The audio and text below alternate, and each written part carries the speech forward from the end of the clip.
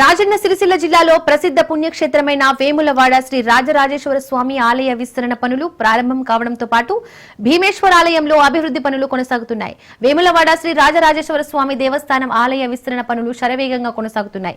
ఇందుకోసం ఇప్పటికే 76 కోట్ల రూపాయలు మంజూరయ్యాయి. గుడి చెరువులోని కళాభవన్ కూల్చివేతలను ప్రారంభించారు. ప్రతిరోజు జరిగే నిత్య కళ్యాణాలు, శ్రీ సత్యనారాయణ వ్రతాలు, హోమాలను ఓపెన్ స్లాబ్ లోకి మార్చారు. భక్తులు తలనీలాలు సమర్పించుకునే కళ్యాణ కట్టను కూల్చివేయనున్నారు. భీమేశ్వర ఆలయంలో భక్తుల దర్శనాలకు 3,48,00,000 రూపాయలతో ఏర్పాట్లు కొనసాగుతున్నాయి.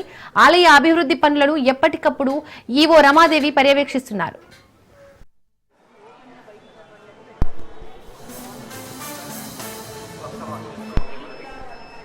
స్వామి వారికి